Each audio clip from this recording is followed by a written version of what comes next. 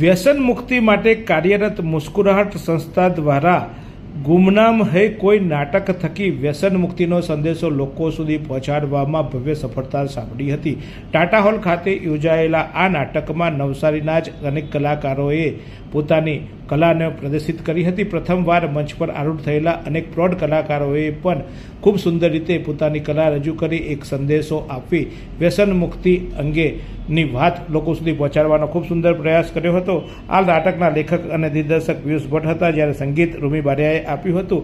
યશદીભાઈએ આ સમગ્ર ટીમ સાથે આ નાટક રજૂ કર્યું હતું, ત્યારે પ્રેક્ષકોએ વાહવાહી આપી હતી અને નાટકમાં જે સંદેશો આપવાનો પ્રયાસ કર્યો હતો કે વ્યસનથી જે ઘરમાં અને પરિવારમાં જે તકલીફો ઊભી થતી હોય છે અને પરિવારો તૂટી જતા હોય છે, ત્યારે આ વ્યસન મુક્તિ માટેનો એક સંદેશો આપવાનો ખૂબ સુંદર પ્રયાસ કર્યો હતો। મુસ્કુરાહટ દ્વારા અત્યાર સુધી 1000થી વધુ લોકોને વ્યસન મુક્તિ કરાવવામાં આવી હતી, ત્યારે સંગીતના સથવારા બાદ હવે નાટકનો સથવારો લઈ આ ખૂબ સુંદર પ્રયાસ થકી લોકજાગૃતિ લાવવાનો પ્રયાસ હતો। તમામે આ પ્રયાસને બિરદાવ્યો હતો।